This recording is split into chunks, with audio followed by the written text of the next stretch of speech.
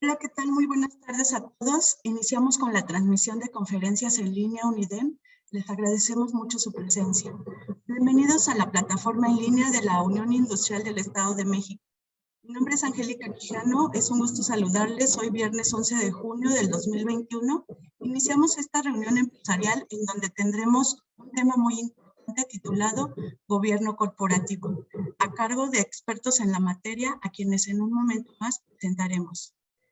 Antes los invitamos a atender algunas recomendaciones de convivencia para todos los asistentes que nos acompañan. Por favor de mantener cerrado su micrófono durante la conferencia.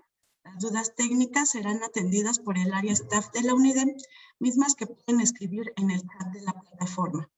Las dudas o comentarios que tengan respecto al tema de la conferencia pueden escribirlas en cualquier momento en el chat, las cuales serán respondidas por los expositores en la sesión asignada para ello.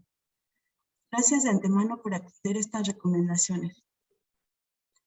Vemos en pantalla nuestra orden del día. Como pueden observar, iniciaremos con la bienvenida. Posteriormente escucharemos la conferencia. Como tercera actividad tendremos el tiempo para ustedes, las empresas invitadas, en la sesión de preguntas y respuestas. Y finalizaremos el día de hoy a las 2 de la tarde con la clausura. Destacamos la presencia de nuestra mesa directiva de la Unión Industrial del Estado de México, Conservas La Costeña, Fábrica de Jabón La Corona, Envases Cuevas, Envases Jalostoc, Grupo Jumex y Restaurante La Mansión. Muchas gracias por acompañarnos. También a los presidentes de las comisiones de la Unión Industrial, a mis compañeros de oficina, a los gerentes UNIDEM, al frente de los diferentes municipios del Estado de México. Y saludo también a mi compañero, el ingeniero Jesús Troya Ortega, quien es gerente UNIDEM para sedes virtuales, que es la región anfitriona del evento del día de hoy. De manera muy especial, saludamos con mucho gusto a las empresas socias de la UNIDEM y a empresas invitadas que nos acompañan el día de hoy. En este momento nos encontramos reunidos 215 empresarios conectados a través de 4 plataformas: Facebook Live, Microsoft Teams, Zoom y Google Meet. Iniciamos con la bienvenida en representación de la mesa directiva. Para ello presento al licenciado Víctor Hugo Martín, de la empresa socia UNIDEM, Metrología y Equipo de Laboratorio para Construcción DAVI. También es nuestro presidente de la Comisión de Responsabilidad Social de la UNIDEM. Un gusto saludarte, licenciado. Buenas tardes. Buenas tardes, contadora. Buenas tardes a todos los que nos acompañan y buenas tardes a los ponentes. A continuación me permito presentar la semblanza de los ponentes. El maestro José Pérez Mendieta cuenta con maestría en remuneración global por World at Work, American Compensation Association de Estados Unidos, licenciado en Administración de Empresas por la Universidad La Salle, director general y socio en Sapere Out Solutions, socio director en ARE, México, de las prácticas de capital humano, e-commerce y ética empresarial, miembro del Colegio de Consejeros de México, miembro fundador Leaders Digital Board, asesor para el desarrollo de planes de negocios, coaching ejecutivo en ética y cumplimiento y compensación viable. También me permito presentar al doctor, maestro y doctor Rubén Díaz Cruz. Él es especialista en auditoría interna, control interno, riesgos, cumplimiento. Tiene más de 20 años de experiencia en análisis de datos y en generación de sistemas de información gerencial y cuadros de mando. Miembro de los comités técnicos de gobierno corporativo, ética y responsabilidad social y cumplimiento para el IMEF. Tiene experiencia en las siguientes industrias: hospitales, laboratorios, clínicos, medios, business process outsourcing, BPO.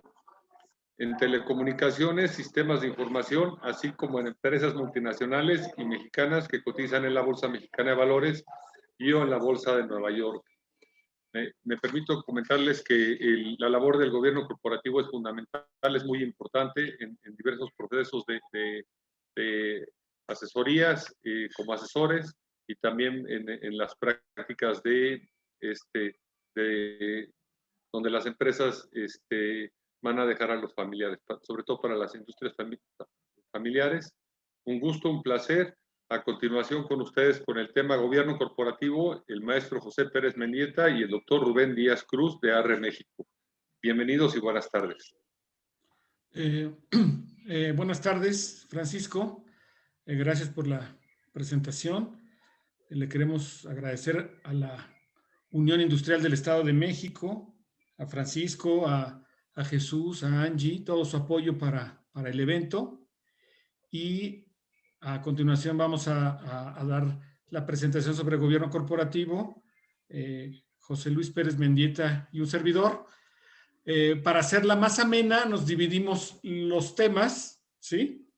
Y ahorita vamos a compartir la pantalla. No sé si ya nos dieron acceso para poderla compartir. Sí, doctor, ya es con gestión.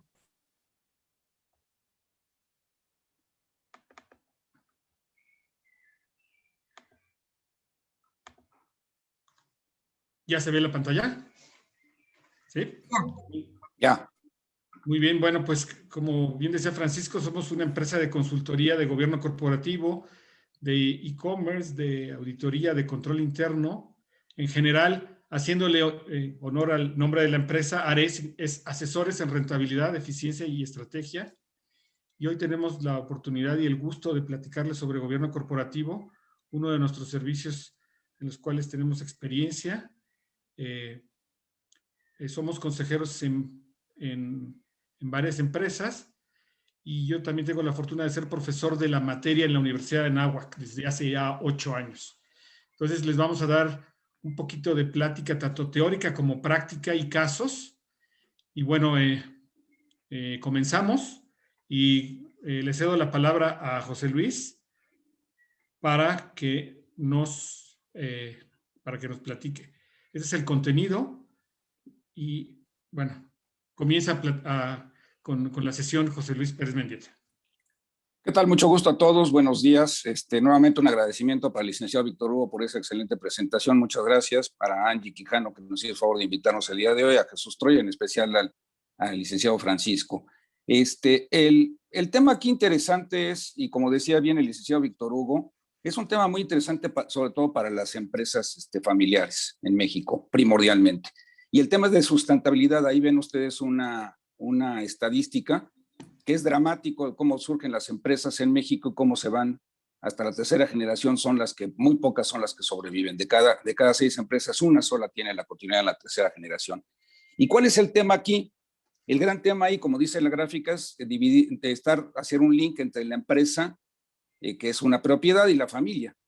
Y el punto muy importante para las empresas familiares es, y les voy a dar un ejemplo vivido con una empresa en la cual yo era consultor independiente, donde el director general, que era el director Sol, ¿y a qué refiero con director Sol? El que maneja absolutamente todo, es decir, tiene todo lo que es el contexto de la empresa, es director general, es mensajero, es presidente del consejo de administración, es todo, ¿no? Y es el dueño de más.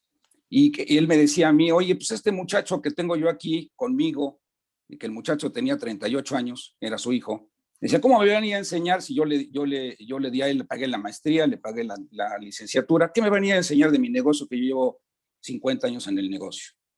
La verdad es que nos quedamos, el otro consejero y un servidor, así como que un poquito fríos, y lo primero que se me ocurrió preguntarle a él es, ¿cuál es la gran diferencia aquí? ¿O cuál es la pregunta clave? ¿Qué es lo que tú quieres? ¿Generar herederos o generar un sucesor? Abrió los ojos él y me dijo, dime la diferencia. Pues un heredero ya lo tienes. O sea, tienes uno y a lo mejor varios hijos más. Él estaba nada más presente, el hijo ahí. Y además agachaba la cabeza el pobre muchacho, ¿no? Y lo que le comentaba yo a él es decir, ok, si tú quieres que él sea el que dirija la empresa, independientemente de que él sea el presidente del consejo de administración y él pueda designar un director general más adelante, tiene que conocer el negocio, tiene que saber cómo son las tripas del negocio para poderlo dirigir.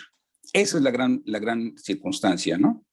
Y no acabarnos la empresa o desfamiliarizarla. Ese es el tema bien claro y el gran dilema. Y para esos dilemas, pues hay muchas circunstancias que vamos a ir cubriendo en el resto de las diapositivas. Si me pasa la siguiente, por favor, Rubén.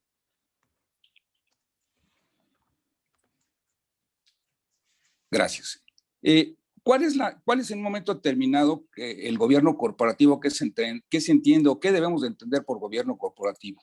Es todo lo que en un momento determinado, y bien decía también el licenciado Víctor Hugo de las prácticas, hay unas prácticas que están dadas como generalizadas que el Consejo Coordinador Empresarial lo maneja, lo pueden consultar en la página del Consejo Coordinador Empresarial y ahí lo pueden ver por internet, pero lo importante es que se haga una estructura profesional. Las empresas normalmente a veces las formamos independientemente de nuestra formación académica, la formamos quienes somos o quienes son comerciantes, es decir, que saben llevar a cabo negociaciones de precios, de productos, de servicios, pero llega un momento en el cual la empresa crece y se nos sale de las manos. En algunas ocasiones también soy consultor, no nada más consejero independiente, y llegas a una empresa, y fui yo contratado en una empresa cuando fui vicepresidente de Recursos Humanos de la misma, y el perfil que estaban buscando era buscar a alguien que les ayudara a acomodar a todos los directivos que estaban. Porque la empresa había crecido muchísimo, se había listado, una empresa mexicana que se había listado en la Bolsa Mexicana de Valores,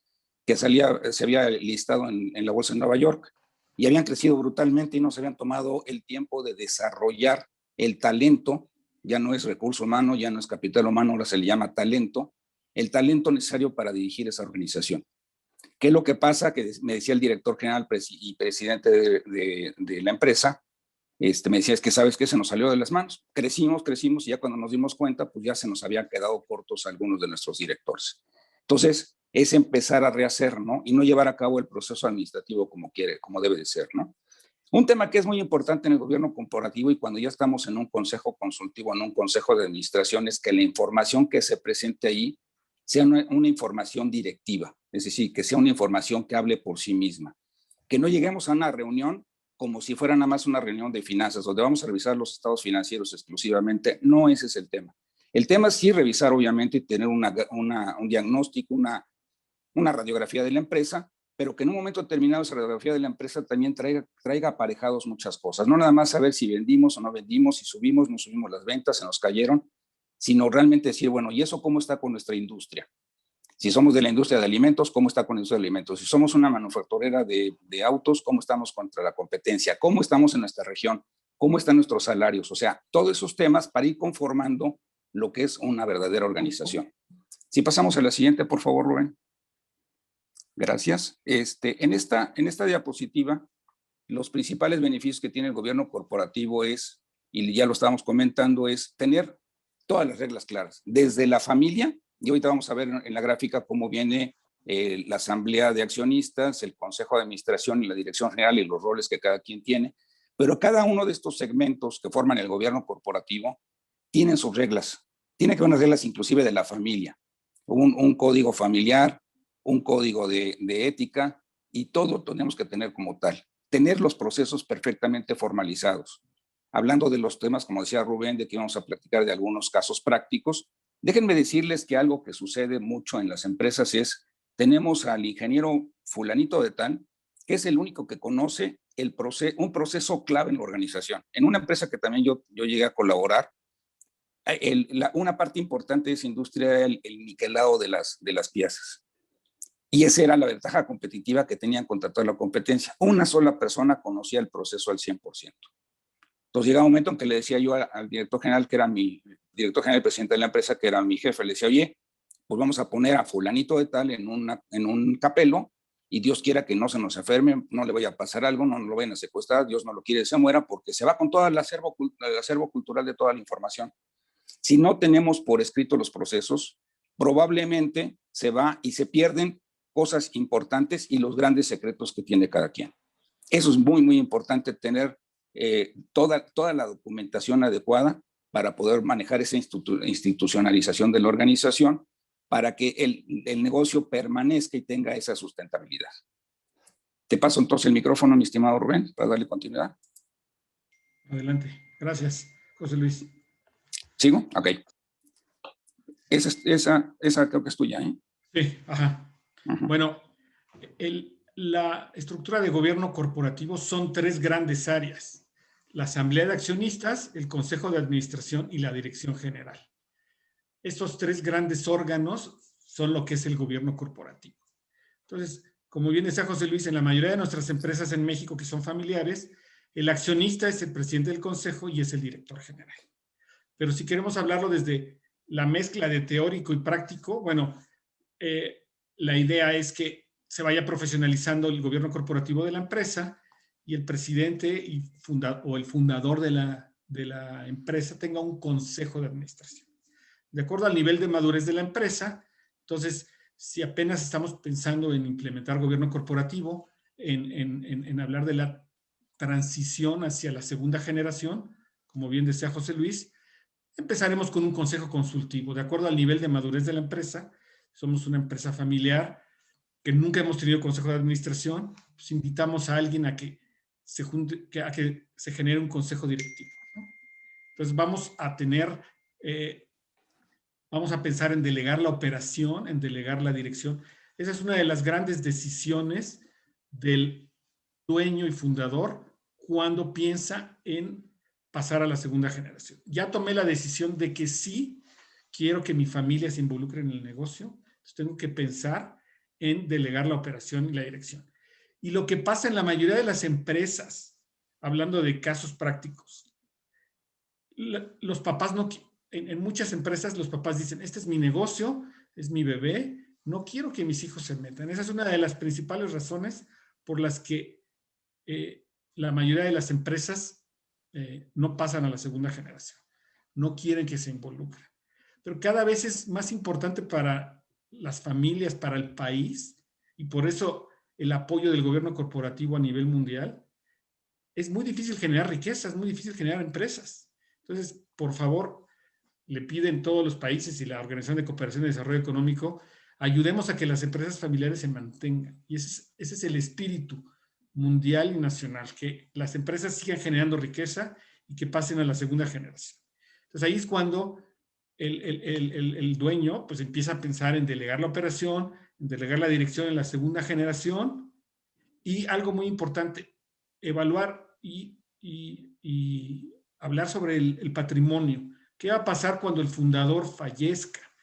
¿Qué va a pasar cuando él decida jubilarse? ¿Cómo va a repartir la propiedad con los hijos, con sobrinos? A veces los hijos no están en el negocio, pero los sobrinos entran al negocio. Y es muy importante identificar la distinción entre propiedad y gobierno. Podemos tener familiares que trabajen en la empresa, podemos tener amigos que trabajan en la empresa, pero que no son propietarios. Entonces sí tenemos que tener identificado a cada persona y distinguir la propiedad y el gobierno de la empresa. El gobierno corporativo integral se basa en familia y empresa. Uno de los pilares del gobierno corporativo es armonizar la relación entre la familia y la empresa. El 80% de las empresas en este país son de familia. Desde la persona que vende tamales afuera de una estación de autobuses hasta Grupo Bimbo, de la empresa más grande de México hasta los tamales de la microempresa, somos familia. ¿Cómo hacerle para armonizarlo? Y bueno, ahí es todo el trabajo de una empresa familiar. Generar una asamblea familiar, generar una asamblea donde toda la familia, aunque no trabaje en la empresa, esté y conozca de lo que está pasando en la empresa. Como consultor, algunos clientes cuando preguntan, oye, pero ¿por qué si mi hijo que tiene 12 años ni sabe yo qué hago en la empresa, nada más sabe que le dije a la lana y él feliz? No, él tiene que empezar a conocer qué pasa en la empresa. 1 o 2 veces al año hacer una sesión familiar para decirle cómo va la empresa. Igual él decide ser músico y nunca va a estar, pero solo por ser hijo tuyo y estar en la línea de sucesión de la empresa debe conocer lo importante. La asamblea de la familia debe también implementar un consejo familiar donde representen las personas que están en la empresa. Y es ahí donde, si ustedes ven la línea de unión, la familia y la empresa son indisolubles, ¿no? Y de parte de la familia, el consejo familiar debe estar representado en la asamblea de accionistas y en el consejo de administración. Y aquí también tenemos mencionados las figuras, los órganos de gobierno de la empresa. La asamblea de accionistas, como les decía, el consejo de administración, sus órganos de apoyo, que es el comité de auditoría y el comité de prácticas, y la dirección general. Recuerden que el gobierno corporativo viene desde la asamblea, el consejo de accionistas y el director general. Es el triángulo integral del gobierno corporativo. Bueno, ¿por qué gobierno corporativo? Porque, como bien decía José Luis, es el sistema en que las empresas son administradas y controladas. Los accionistas invierten su dinero y nombran al consejo de administración que los representa, y el consejo de administración genera la estrategia, las políticas y le da seguimiento a lo que los accionistas desean. Las dos grandes actividades del consejo de administración es ayudar a la estrategia al director general y vigilar y darle seguimiento a que la administración representada por el director general ejecute la estrategia propuesta por el consejo de administración. El director general, pues, es el que ejecuta la estrategia y que con sus directores de área y con toda la administración opera y genera los resultados deseados por el consejo. Entonces, es muy importante generarle confianza al director general desde el consejo para que genere los resultados. Adelante, José Luis. Gracias, Rubén. Comentaba ahorita hace ratito Rubén del consejo consultivo, y es algo que no lo están ustedes probablemente encontrando en nuestras diapositivas. El consejo consultivo es exactamente, lleva los mismos pasos que el consejo de administración, lleva las mismas prácticas, lleva todo igual. La única diferencia es que no es un consejo de administración formal. ¿Qué significa esto? Esto significa que no está llevado a cabo de manera notariada.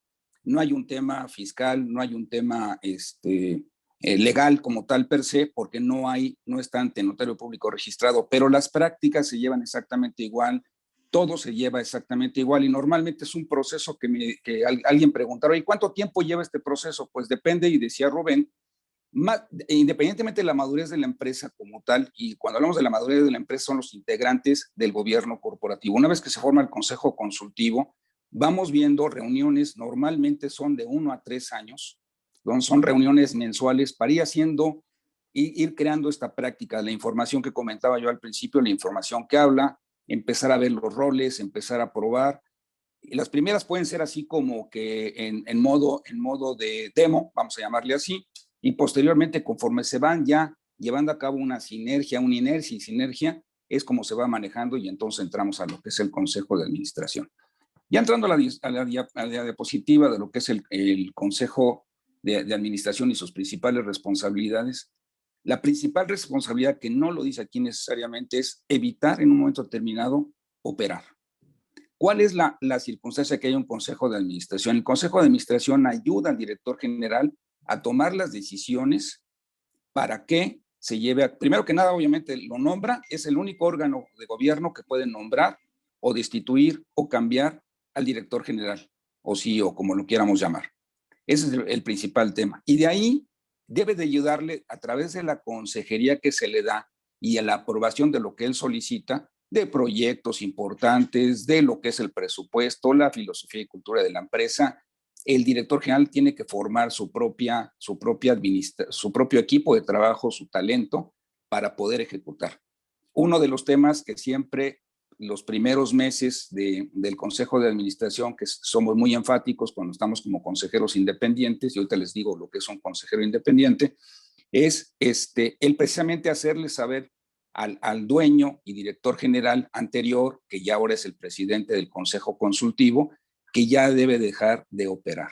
Debe de estar, sí puede vigilar, sí puede hacer, pero a veces tomamos los roles, entonces los mismos directores, todo el grupo directivo o los propios empleados dicen, pues ¿a quién le hago caso? ¿Al patrón o al nuevo director general? ¿O al patrón o al que ya nombró al hijo? Pues obviamente sí, siempre va a haber la lealtad con el patrón, con el que originalmente metió todo el capital y que creó este lugar donde yo como. Entonces ese es un tema muy, muy importante para que podamos realmente ayudarle a administrar y a dirigir a la organización. va a ejecutar el director general con su equipo de trabajo. Ahora bien, ¿qué es lo que hace un director general normalmente? Que es la siguiente diapositiva, Rubén, si fueras tan amable.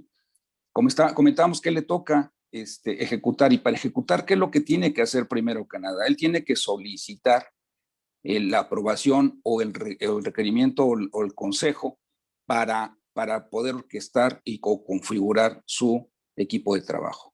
Es importante que vaya de acuerdo a los perfiles que se están dando, que vaya conforme a la filosofía de la empresa. Perdón, estoy en el rol del presidente del consejo, una disculpa, me fui a la siguiente diapositiva.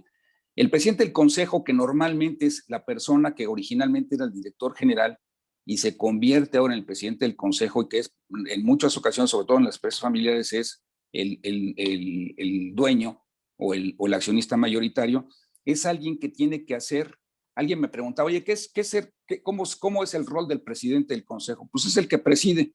¿Qué significa que preside? Que va a ser la persona que va a ir aglutinando toda la información que se está recibiendo, va a ir coordinando, va a ser el facilitador de las discusiones, y hablando de las discusiones en términos de las conversaciones, no de que estén discutiendo, para que el consejo lleve con la fluidez. Él se va a encargar de manejar la agenda, tiene que en un momento determinado revisar la información que el director general va a presentar en cada una de las juntas del Consejo Consultivo del Consejo de Administración, la va a revisar, la va a comentar y la va a aprobar. ¿Por qué es importante que la apruebe? Para que él pueda, si él va a ser un facilitador y va a estar dirigiendo la reunión, va a dar las palabras y todo, si en un momento determinado dos consejeros tienen ahí alguna especie de conflicto, él tiene que buscar cómo ir suavizando la circunstancia para que la discusión de diagonal conversación no se convierta en una discusión al 100%.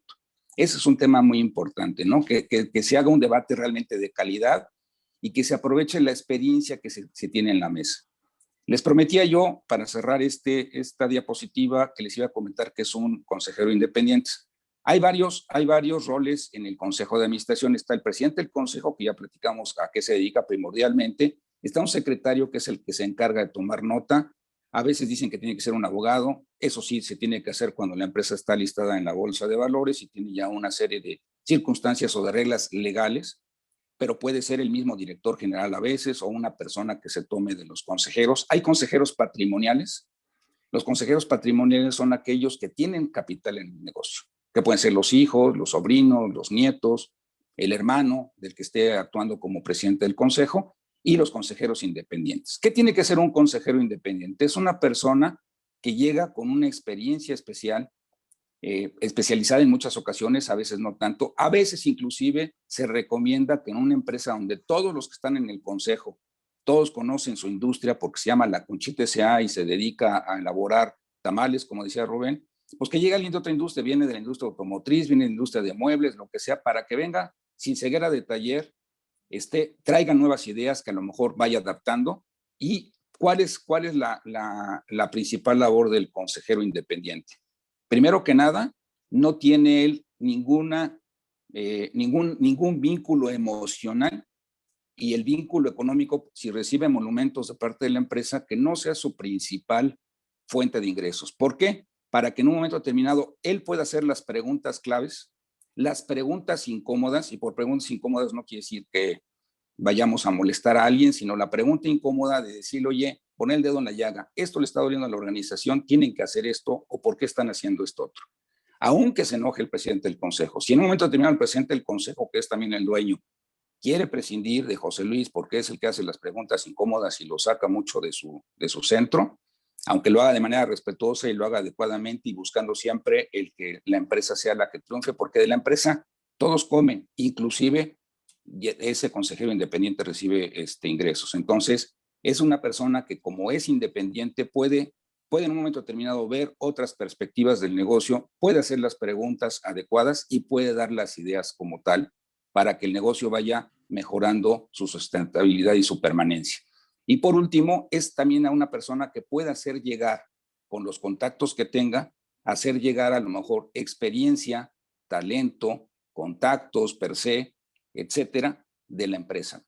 Puede suceder que se va a hacer una licitación y nadie conoce a alguien de la empresa fulanita de tal. Yo sí conozco a alguien como consejero independiente, te doy los datos para que tú le hables o le pidas a tu director comercial que le llame, yo le mando un mensajito, un WhatsApp o una llamada telefónica para que te reciba la llamada.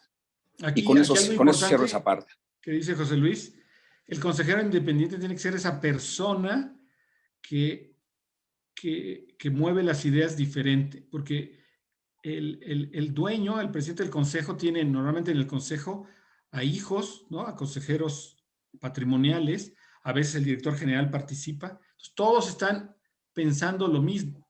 El consejero independiente tiene que ser alguien que mueva, que sacuda un poco con sus ideas y con su experiencia en otras industrias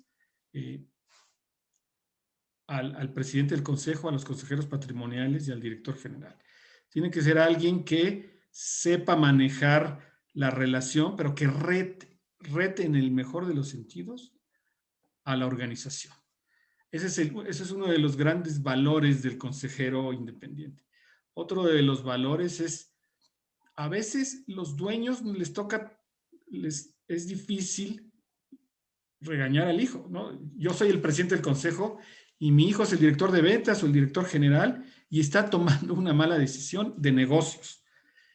Pero yo vivo con mi hijo, o mi hijo pues es mi primogénito, es mi hija, ¿no?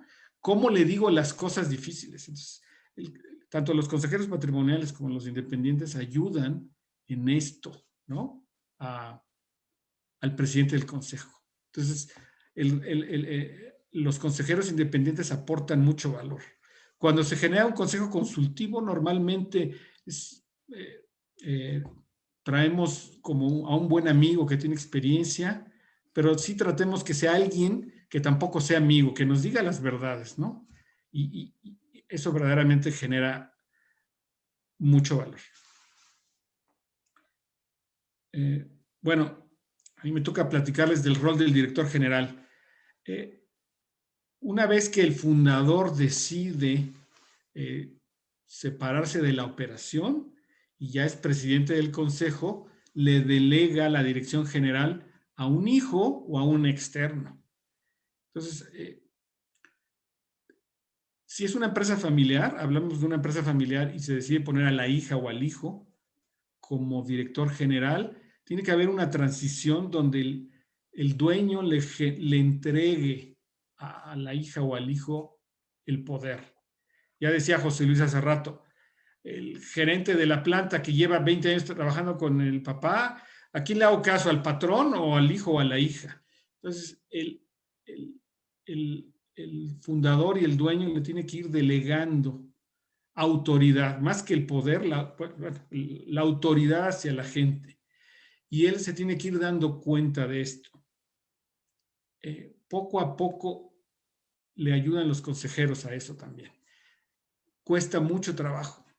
La mayoría, y bueno, la mayoría de los fundadores que dejan el puesto al director general es cuando ya van a los 60 años, en algunos casos y muchos, es cuando se enferman, les da diabetes, les da un ataque al corazón. Entonces, no hay que dejar que esto pase. Hay que ir delegando la dirección general a los hijos que son capaces, poco a poco, que los subordinados de alto nivel, ¿no? Los que no son de la familia, vean que le estamos dando el poder y la autoridad al director general en caso de que sea un hijo, ¿no? Y el director general recibe la estrategia del Consejo de Administración y su trabajo es validar y ejecutar la estrategia. En la cultura mexicana también el director general propone mucho de la estrategia. Pero trabajando en conjunto, el Consejo de Administración y el director general establecen la estrategia y es el rol del director general ejecutarla, ¿no? Él debe generar su equipo de trabajo, él debe, como bien decía José Luis, establecer los procesos en los cuales la gente va a trabajar, ser la guía. Si el director de ventas y el director de mercadotecnia o los responsables tienen diferencias, porque luego hay zonas grises entre los procesos de ventas y mercadotecnia, el director general es el que tiene que aclarar y guiar a estos dos directores, poniendo este ejemplo, para que el trabajo sea claro y no haya problemas de responsabilidades, ¿sí? Tiene que evaluar y mejorar el desempeño, junto con el área de capital humano, tiene que establecer las métricas, cómo va a evaluar el desempeño, los logros, cómo los objetivos estratégicos deben estar ligados al trabajo de los directores, de los gerentes, de los jefes de área. Y siempre el talento es importantísimo, cómo establecer la sucesión de los puestos, desde el jefe de área, del que sabe el proceso, de niquelado, como decía José Luis, cómo que tenga un segundo que aprenda para no depender de la gente. Debemos depender de los procesos, pero no de la gente en sí, ¿no? Y bueno, tiene que tener contacto permanente con el Consejo de Administración para ir ajustando la estrategia. Hoy día, con la pandemia, la estrategia de las empresas cambió radicalmente mes a mes. Nosotros, siendo consejeros de algunas empresas y otros colegas consejeros, los primeros 6 meses de la pandemia, los consejos de administración se juntaron prácticamente cada semana. ¿Qué está pasando en la pandemia? La gente se fue a trabajar a su casa. ¿Cómo implemento el home office? Esos primeros 6 meses fue de una intensidad entre los consejeros y la administración de manera importante. Hoy, cada vez más, los consejos de administración, los consejos consultivos, con la pandemia, han sido más dinámicos y la información ha ido y venido de manera más ágil para tomar decisiones.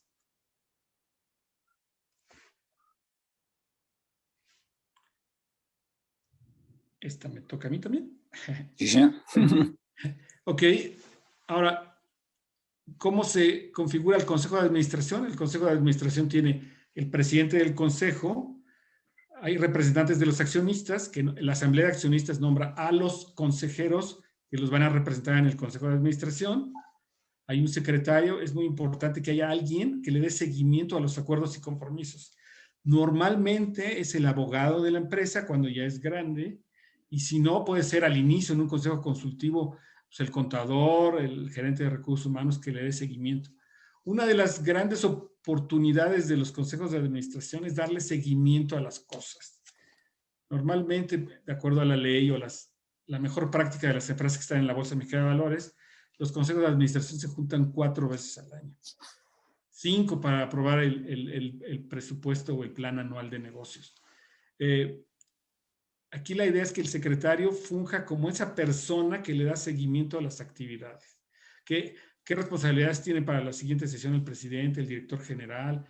Invitar a directores o gerentes de las áreas a que presenten qué es lo que están haciendo, ¿no? Es muy, muy, muy relevante la función del secretario, porque es el que le da seguimiento a esto. Hoy día ya en consejos grandes ya hay hasta softwares para darle seguimiento y que en el correo electrónico de los consejeros les lleguen las actividades. Los consejeros patrimoniales, ¿no? Decía José Luis, son los que son dueños y tienen acciones, y los consejeros independientes, ¿no? Es muy importante tener consejeros independientes que agreguen valor. Y muy importante, normalmente muchas empresas tienen consejeros que ya tienen 10 o 15 años, pero va a haber un momento en que voy a construir una nueva planta, entonces traigo un consejero 2 o 3 años que sea experto en construcción de plantas. Voy a implementar un sistema que voy a invertir 2, 3 millones de dólares o de pesos.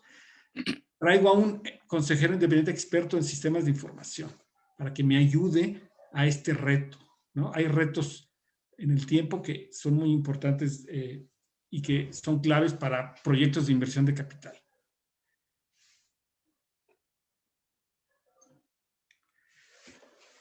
En empresas que ya tienen un consejo de administración de manera permanente, ya que pasaron de consejo consultivo a consejo de administración, se establecen órganos, así le llaman, órganos intermedios de apoyo. Estos órganos intermedios de apoyo son comités de los consejeros patrimoniales independientes. Se establecen comités, ¿no? Y ven varios temas. Los 2 comités que normalmente se establecen en los consejos de administración de México son el Comité de Auditoría y el Comité de Prácticas Societarias. Hay otros, el Comité de Compensaciones, el Comité de Tecnologías de Información, pero esto es cuando las empresas ya son muy grandes. Normalmente en las empresas pequeñas, cuando arrancan, es un comité de auditoría. y cuando empiezan a robustecer el análisis y la consejería, implementan el Comité de Prácticas Societarias. ¿Qué hacen estos dos comités? Como yo les decía, el Consejo de Administración, sus dos grandes temas es la estrategia y seguimiento y control de la operación. Entonces, el Comité de Auditoría es el que vigila y le da seguimiento. Y en el Comité de Prácticas Societarias, todo el tema de estrategia. Y hablando en el Comité de Prácticas Societarias, estrategia es también hablar de los sueldos de los empleados, el sueldo de los altos directivos, bonos por desempeño, lo que le llaman el CAPEX, la inversión en capital y en gastos de la empresa, hacer el plan anual, el plan de negocios, los temas de responsabilidad social, cada vez el tema de los terceros interesados, medio ambiente, de seguridad, tecnología, de la equidad de género, innovación. Todo esto cada vez es más relevante en las empresas. La tecnología, los procesos los hacemos las personas, pero cada vez nos dependemos más de la tecnología. Este cambio en el home office nos hizo, trabajamos ya también remoto y la tecnología juega un papel muy importante. Y la innovación. Estas son las grandes actividades del Comité de Prácticas Societarias y el Comité de Auditoría, bueno, tiene los dos brazos de auditoría, la auditoría interna, ¿no? Y la auditoría externa. Validar los estados financieros con los auditores externos, la información financiera, y con los auditores internos, revisar la operación del negocio. Nuevos temas se están agregando al Comité de Auditoría, es el tema de riesgos. Analizar los riesgos tanto estratégicos como operativos, riesgos externos, una pandemia, ¿no? Crisis económicas o políticas, y también riesgos operativos, modernización tecnológica, talento humano, procesos, calidad de nuestros productos y la integridad corporativa. Este nuevo tema de combatir la corrupción, de ser más éticos, son los temas del Comité de Auditoría del Consejo de Administración. Adelante, José Luis. Gracias. Yo creo que nada más para agregar este último punto que tú comentabas, yo creo que es muy importante que en estos comités también el tema del talento se vea visto desde el principio. Normalmente hay empresas grandes que llegan a manejar un comité de talento donde se manejan el tema de las compensaciones. Y el tema de compensaciones para mí yo creo que es clave porque hay dos dichos muy importantes, ¿no? Un dicho yo que tomé la maestría de compensaciones, decía uno de los gurús de compensaciones a nivel internacional, muy pocos ganan demasiado, pero nadie gana lo suficiente. Y ahora el otro tema importante es por qué a veces a las empresas les va mal y a los ejecutivos les va bien. El tema de la compensación es muy importante, de estar completamente enlazada con los resultados de la organización. Es decir, la compensación variable es muy importante, y por compensación variable casi todos los empresarios o directivos piensan que son las comisiones del área de ventas. Esa es una compensación variable, sí, definitivamente, pero todos deberíamos estar sujetos, todos aquellos que somos claves en el desempeño de la organización y los resultados de la misma, debemos de tener un link como tal. Y hay quienes dicen, bueno, ¿y cómo le podemos hacer? No les puedo bajar el salario. Bueno, hay muchas técnicas que las tendríamos que platicar con mucho gusto y sería un traje a la medida para cada quien, pero hay circunstancias sin llegar a quitarnos o a salirnos de la ley. Es decir, el siguiente incremento de salario, el 90% de tu incremento, cualquiera que sea el porcentaje que te vaya a dar, va a una parte variable. Con estas reglas del juego se firma como tal y un 10% a tu parte fija, al salario como tal. Por dar un ejemplo muy rápido, y sí quería yo comentárselos a ustedes porque es un tema muy interesante y un tema muy importante. Inclusive los consejos de administración que ya tienen una cierta madurez pueden en un momento determinado proponer para que sea, ahora sí que los jefes del consejo de administración es la asamblea de accionistas, proponer en un momento determinado cuál va a ser la compensación de los consejeros en cuanto a los resultados que se den. Y obviamente, como todo, debe haber un scorecard, es decir, que haya KPIs, que haya objetivos claros, medibles, alcanzables, retadores, etcétera, como es el famoso SMART, pero que esté muy claro sobre qué voy a trabajar, cuál es el logro que tengo que poner, obviamente que tengo que alcanzar poniéndole un quantum, y de acuerdo a ese logro es la compensación en un momento determinado que puede tener el Consejo de Administración también inclusive. O sea, eso también me ha tocado ya diseñarlo en alguna ocasión en alguna empresa grande. Entonces, pues ahora sí que es como todo en la vida, ¿no? También yo recuerdo un director general que fue también mi gurú en muchas expresiones y él decía, la riqueza que se genera, la riqueza que se comparte. Adelante, Rubén. Bueno, y también comentar en el caso de los comités son los ojos y los oídos del Consejo de Administración revisando la operación y viendo cómo se ejecuta. La mejor práctica de las empresas que cotizan en el mercado de valores en México, Nueva York, es que sea un consejero independiente el que dirija estos comités. ¿Por qué? Porque como bien decíamos al inicio, este consejero independiente no tiene afecto emocional sobre lo que se hace en la organización. Entonces es una persona objetiva y crítica, como ya decíamos, en el mejor de los sentidos, crítica constructiva para que la empresa mejore. Una mejor práctica también es que los gerentes y directores de las áreas vayan y le presenten a los comités, que haya sesiones de trabajo de estrategia, de compensaciones, de cuáles son las inversiones, ¿sí? De cómo nos acercamos a los terceros interesados.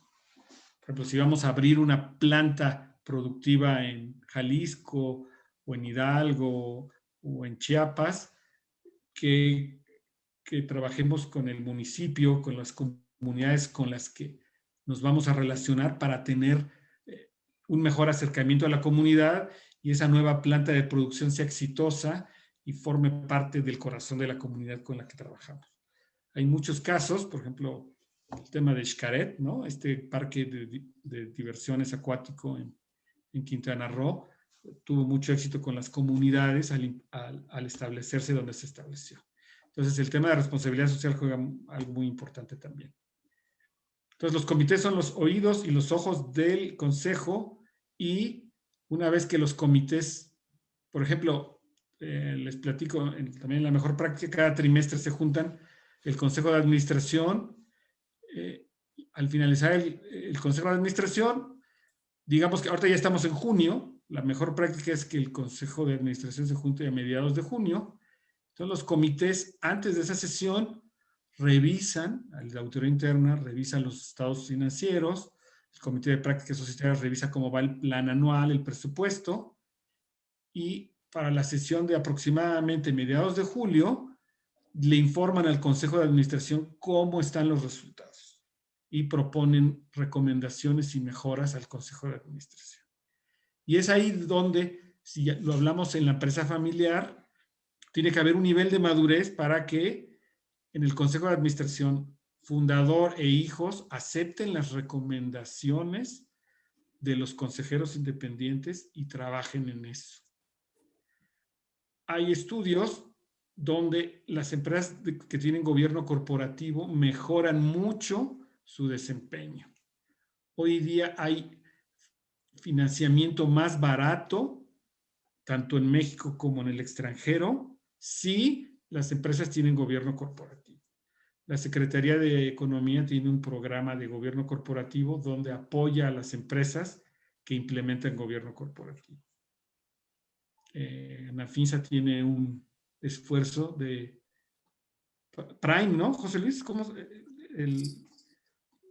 Donde también a las empresas ya más grandes les da créditos más accesibles si tienen la certificación Prime. Se me olvidaba el nombre, la certificación Prime. Entonces, lo que Nafinsa dice es, si ustedes quieren créditos más fáciles de llegar, tengan una certificación Prime. Y esta certificación Prime se obtiene con la implementación del gobierno corporativo. Y Nafinsa tiene un número de despachos que implementan gobierno corporativo autorizados, y donde ustedes piden asesoría, implementan gobierno corporativo, y obtienen fuentes de financiamiento. Entonces, verdaderamente el gobierno corporativo ayuda, ¿no?, a las empresas familiares a través de la Secretaría de Economía, a las pymes y a las medianas y grandes. En Afinsa les ofrece créditos, se implementa en gobierno corporativo y aún no lo tienen. Gracias, Rubén. Continuando con estas ideas últimas que comentaba Rubén de la certificación Prime, independientemente de la certificación Prime, que sí es muy importante, como él comentaba, cuando yo me acerco a un banco para solicitar un crédito como mi pyme o pyme, si en un momento determinado yo tengo ya instalado por lo menos un consejo consultivo y se lo hago saber al gerente del banco, créanme que los oídos de él se abren más y mejor, porque en un momento determinado sabe que una empresa que tiene ya una forma de trabajo más profesionalizada, más institucionalizada, más organizada, valga la expresión, va a ser una empresa que va a ser mucho más viable para que yo arriesgue poniendo dinero en ella y prestándole dinero. Así como cuando somos personas físicas y empiezan a ver en qué empresa trabajamos, cuál es nuestro salario, si tenemos un puesto interesante como para podernos dar un crédito automotriz, hipotecario, lo que sea, y es una persona física, imagínense cuando están, y obviamente los niveles de préstamo normalmente son mucho más grandes, aunque son una MIPYME, pero si ven que tiene una solvencia o que pueda tener una solvencia por la forma en la que está trabajando o la forma en que está organizada y o estructurada la empresa, pues va a ayudar, ¿no? De todas estas ventajas, de las 5 ventajas que ustedes aquí ven, el más importante yo creo que es como iniciamos como tal, ¿no? El tener una sustentabilidad. Esta transparencia y apertura, quisiera comentarles y enfatizar de este quinta ventaja.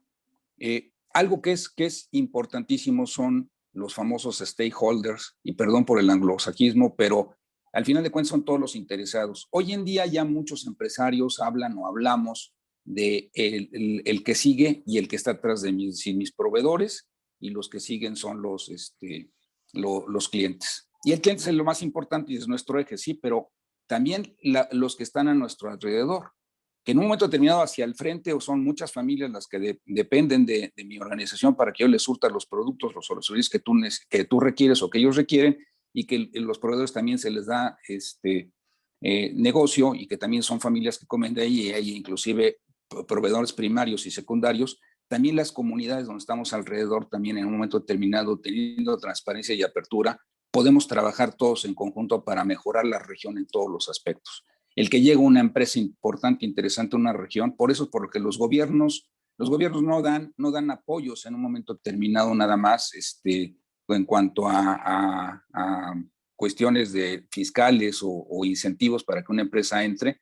No se lo dan a cualquiera, lo hacen en un momento determinado a las empresas que saben que les van a ayudar a generar empleos, y se genera además un comercio adicional, porque el ejemplo que daba Rubén de la señora que vende los tamales afuera de la estación de autobuses, también puede estar alguien que pone una fondita, que pone una tiendita, que se pone un Oxxo, y hay de todos lados, alrededor de la empresa en la que yo estoy dando fuentes de empleo para 300 personas, algo así, alrededor la economía empieza a circular porque también queda un ingreso por ahí.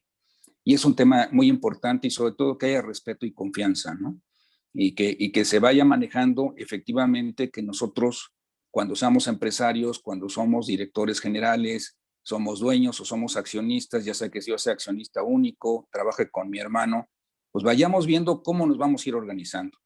Porque mientras más socios haya, las cosas se ponen más complejas, y conforme van pasando las generaciones, es todavía más complicado y más complejo. ¿Por qué? Porque es importante en un momento determinado que el consejo consultivo lo instalemos a la brevedad posible, es decir, cuando nada más hay la primera generación, para que esa complejidad sea la menor. Y es mucho más fácil ponernos de acuerdo entre 2, 3 hermanos, o el papá con 2 hijos, que es la segunda generación ya, que cuando ya están nietos y ya vienen las esposas de los hijos, las cuñadas, el concuño, quién entra a trabajar, quién no entra a trabajar, pues yo sí soy de la familia, pero es familia política, bla, bla, bla. Entonces, eso es un tema muy importante, y si nos institucionalizamos y sabemos las reglas del juego, pues todos sabemos para dónde vamos. Es como, y perdón por la metáfora, pero es como en casa, ¿no? En casa hay reglas para decir, ok, los hijos salen a tal hora, regresan a tal hora, se reportan así, detalles de convivencia, de que vamos a respetar los tiempos de comida, etcétera. Así como nos ponemos de acuerdo en la familia, imagínense en una empresa donde está puesto no nada más el patrimonio familiar, sino las ilusiones personales, empresariales y profesionales de esa misma familia, ¿no? O de varias familias, inclusive cuando son dos socios que no son familiares, hay que hacerlo en la primera generación, porque después, pues obviamente yo voy a querer que mi hijo sea el CEO y pues mi socio va a querer que también lo sea. Entonces, ¿cuáles fueron las reglas de juego para ver quién es el que pudiera ser el CEO, ¿no? Y aún entre hermanos como tal. Adelante, Rubén, con la que sigue. Sí, y bueno, parte del tema de gobierno corporativo de la familia es establecer documentos, ¿no? Y no hablamos tan a detalle del tema técnico, pero el protocolo familiar, ¿no? Es el documento donde se establecen, como dice José Luis, las reglas de cómo se va a relacionar la familia, qué va a pasar cuando se casen los hijos. La pareja va a tener acciones o no, o por el simple hecho de casarse hay un tema de tenencia accionaria, entonces acuerdos prematrimoniales, todo eso se tiene que dejar en los protocolos familiares, ¿no? Si va a haber un fondo de protección para la familia, para cuando haya años malos, que haya un fondo patrimonial, qué reglas se van a poner en el negocio para ir sacando dinero, para tener un fondo de emergencia para la familia, enfermedades, si se decide invertir en que los hijos estudien una maestría, si se decide poner otro negocio o usar la marca de la empresa, ¿no? Esas son ventajas de la institucionalización. Se generan reglas en la familia que quedan claras de cómo accede el hijo o la hija o la familia, el sobrino, a trabajar en la empresa. Otra que también es cómo entro y salgo de la empresa, ¿no? Eso genera armonía el gobierno corporativo entre la empresa y la familia. Eso es algo muy, muy importante, ¿no? Por ahí hay un caso que conocí tangencialmente, no fue cliente mío, pero el señor tenía 90 años, dueño de un restaurante muy famoso en el sur de la Ciudad de México, no le había dado acciones al hijo, y el hijo ya llevaba 30 años trabajando con él, y le decía, papá, ¿cuándo me vas a dar las acciones? Un riesgo ahí de perder el negocio, de qué va a pasar con el negocio. El hijo muy, muy respetuoso de las decisiones del papá, pero ya el papá con 90 años sin tomar decisiones de sucesión, ¿no? Entonces, son riesgos muy importantes, ¿no? Entonces, el tema de generar gobierno corporativo en la familia y en el negocio ayuda a mejorar el desempeño y la transparencia, ¿no?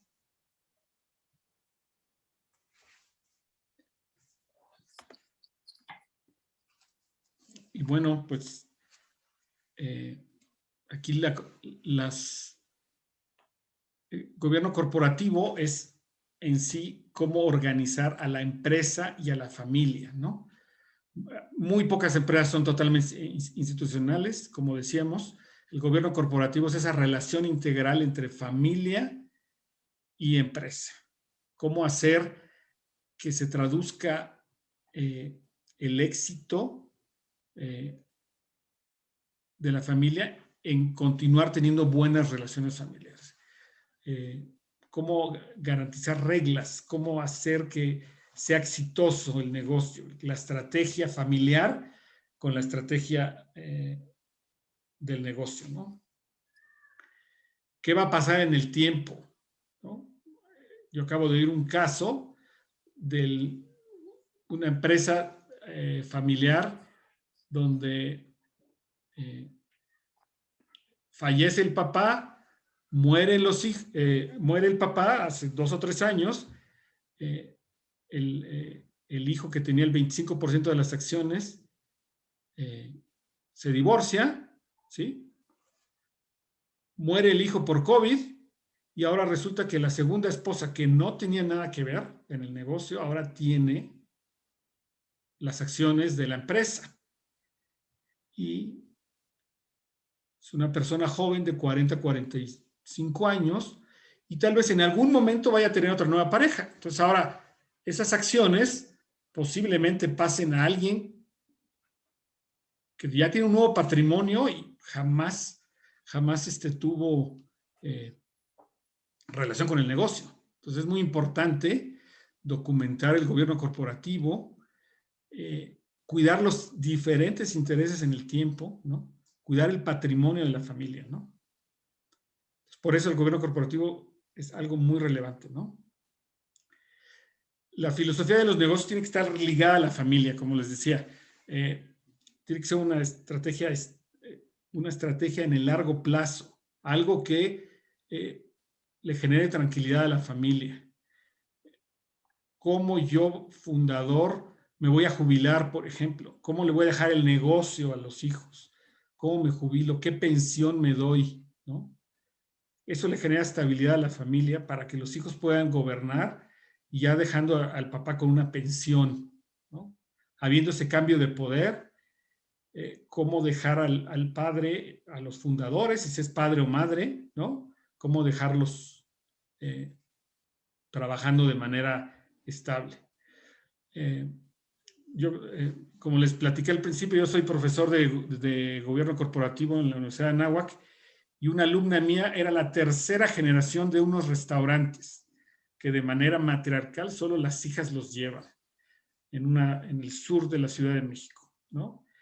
Su abuela, su madre y ella ahora y sus primas llevan estos restaurantes. Entonces, ¿cómo generar esa estrategia de largo plazo? Sin estar documentada, esta familia ha podido generar un tipo de gobierno corporativo. Pero la idea es que haya documentación, certeza, protocolos y una estrategia de largo plazo, ¿no? Y es muy importante considerar a los terceros interesados, esposas, sobrinos, la comunidad. Cuando nosotros trabajamos en una comunidad y tenemos una planta productiva, normalmente la gente es de esa zona, ¿no? Entonces, ¿cómo hacer relaciones con la comunidad, ¿no? Yo trabajaba en una empresa de medios y una estación de radio, y en varias ciudades su planta de transmisión, donde están las antenas, eran zonas en los cerros de muy pocos, de escasos recursos.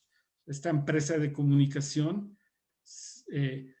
arreglaba el parque, daba donaciones a las escuelas y la comunidad se volvía parte de la empresa, ¿no? Entonces, ¿cómo trabajamos con la comunidad, ¿no? ¿Cómo trabajamos con los gobiernos para que tengamos una relación sustentable y el negocio pueda crecer, ¿no?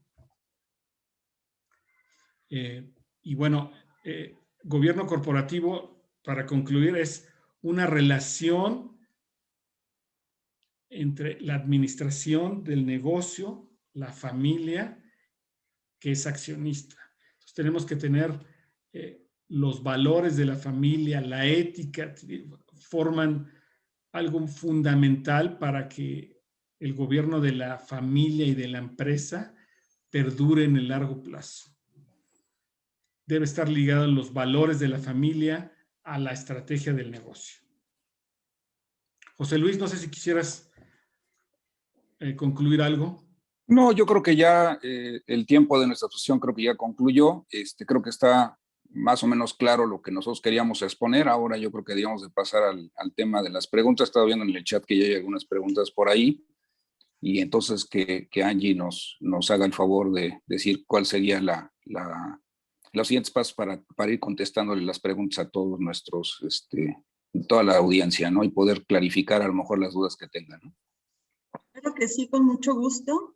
Iniciamos la sesión de preguntas y respuestas. Agradecemos que se conecte Francisco Javier Ramírez, que nos visita desde Salamanca, Guanajuato. El ingeniero Eduardo Vergara López de la Garza, quien es nuestro presidente de Alianzas Corporativas Nacionales y Extranjeras, tiene una pregunta. Nos dice que cuáles son los pasos para implementar un consejo consultivo en una empresa o proyecto en proceso de ejecución. ¿Quieres contestarla tú, Rubén, o quieres que yo la tome? Adelante tú. Ok, bueno, yo creo que lo primero que hay para implementar un consejo consultivo, creo que lo dijimos a lo mejor durante la presentación, es primero que nada que haya la voluntad del socio mayoritario o único, o bien de los socios principales, de querer empezar a manejar esta institucionalización para efectos de crecer. Ese sería el primer paso. ¿Y cuál es el mejor momento para hacerlo? Pues el momento en el que pueda haber un cambio que se requiere en la organización importante y que no esperemos a que sea un cambio tardío, como el ejemplo que daba Rubén de la persona que ya tenía 90 años o de un director general propietario que tiene cáncer, sino en un momento determinado donde pensamos crecer, pensamos estar en otros mercados, pensamos exportar, o simple y sencillamente ya creemos que llegamos, si alguien ha leído el famoso libro del Principio de Peter, pues simplemente si ya llegamos a nuestro nivel de incompetencia y queremos subir el siguiente escalón, pues tenemos que traer nuevas prácticas, nuevos talentos para dar ese crecimiento o ese paso o subir ese escalón a la empresa. Entonces, esos serían los primeros 3 pasos. Otro tema interesante es ver y hacer un análisis FODA. Si todavía tenemos duda, haciendo un análisis FODA donde veamos las fortalezas, las oportunidades, las amenazas que pudiéramos tener en una organización, en nuestra empresa, como tal, la empresa es un análisis de introspección, es decir, dentro de la empresa y hacia el exterior, con la competencia, con el mercado, con la industria, con la economía del país, etcétera. Podemos ver qué es lo que estamos necesitando y en un momento determinado ya podemos ver qué es lo que podemos hacer para implementar el consejo consultivo y ya tenemos una gran medida, una gran base, que si a mí, por ejemplo, me llamaran para decirme, oye, tengo este análisis FODA, ya te puedo en un momento determinado empezar a guiar o empezar a darte los pasos para ir formando el consejo consultivo de cuáles debían de ser los primordiales o los principales elementos que debían de formar el propio consejo. Y obviamente ir formando el consejo, como lo vimos ahí, son los perfiles, buscar los perfiles que se quieren hacer y empezar a poner las reglas del juego y ver si en ese análisis FODA tenemos valores, tenemos ya una cierta infraestructura, porque un edificio se construye primero desde los cimientos y no empezar a querer hacer los acabados cuando ni siquiera tenemos la estructura formal. Espero haber contestado la pregunta. No sé si quieres agregar algo más, Rubén. Sí, yo lo que quiero agregar es que yo decido implementar un consejo consultivo cuando ya tomé la decisión de empezar a pasar de director general, yo fundador, que como siempre ocurre en las empresas familiares, el fundador es el único, bueno, el accionista principal y director general. El consejo consultivo es cuando yo decido dar ese paso de institucionalizar mi empresa familiar, cuando decido delegar la dirección general en un externo o en alguien de la familia. Entonces, lo mejor es empezarlo a hacer con un consejero. Puede ser un familiar o un independiente o alguien que ya me ayude a tomar decisiones que a mí me están costando trabajo o que no las veo, ¿no? Pero que es necesario. Así es. Muy bien. Hay una pregunta también desde Facebook Live de José Pérez, que viene relacionada a lo que comentamos. Dice, ¿en qué momento se recomienda a una empresa pasar a un gobierno corporativo?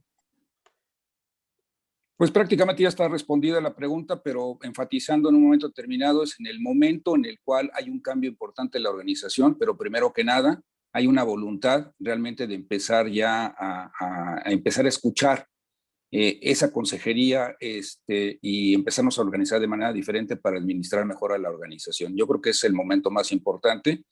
Y ya lo dijimos, ¿no? Los cambios que sean trascendentes para la organización, como puede ser un crecimiento y demás. Y si lo vemos esto en un proceso administrativo, ¿cuáles son el proceso administrativo? El prever, planear, organizar, integrar, dirigir y controlar. Entonces, ¿en qué momento queremos entrar a un gobierno corporativo? En el momento que estamos haciendo la planeación o la organización de una nueva empresa, de una nueva unidad de negocios que queremos exportar, que queremos cambiar.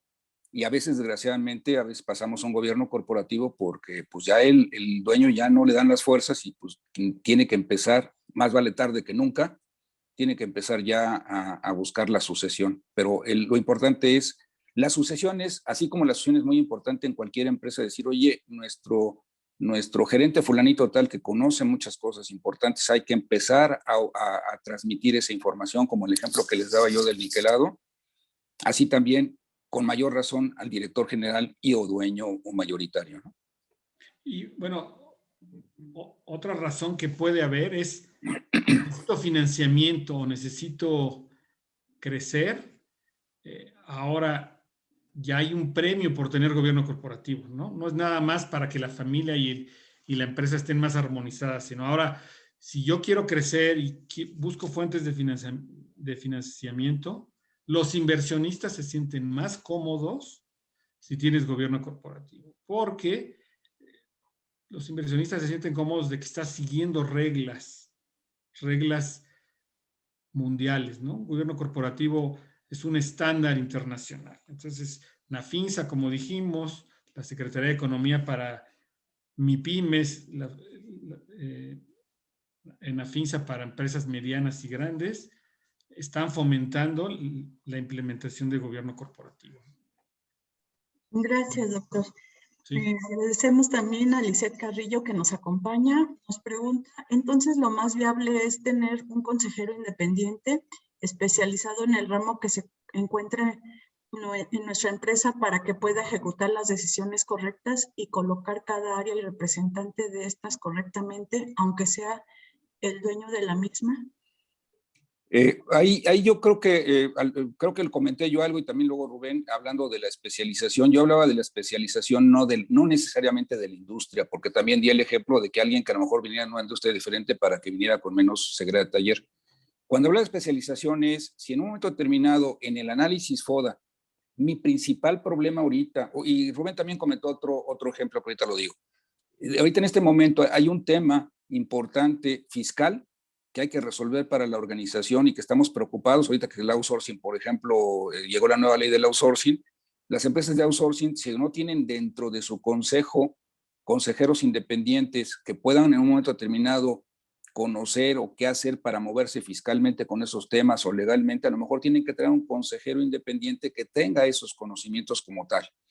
El ejemplo que daba Rubén, por ejemplo, que decía él, si vamos a abrir una nueva planta en otro lado, a lo mejor tenemos que traer a alguien que sea experto en lo que es los temas de los procesos de construcción, expansión, a lo mejor adquisiciones, porque si en un momento determinado algunas empresas dicen, quiero tener una planta en otro lado y voy a adquirir una planta que ya está, que a lo mejor ni siquiera es de mi competencia, es más pequeñita y ya se la voy a hacer crecer.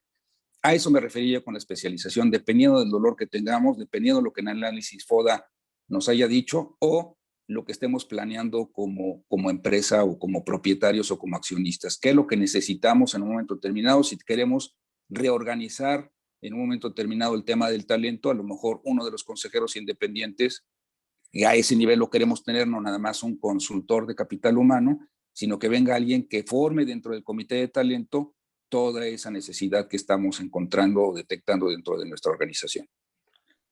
Sí, y un consejero es alguien que es de largo plazo. Entonces, si vamos a tener un plan de expansión de 5 años, pues sí vale la pena tener un consejero independiente que nos ayude a expandirnos, ¿no? O si vamos a reclutar talento y vamos a hacer crecer las capacidades de las competencias de la gente interna, pues sí un consejero que nos ayude, porque va a ser un plan estratégico. Sí, un consultor nos puede ayudar para un proyecto de 6 meses, 1 año, pero si es una estrategia de multianual, pues sí es recomendable tener un consejero para esos temas que van a hacer que la empresa crezca, ¿no? O que haga algo muy de 3, 5 años, sí.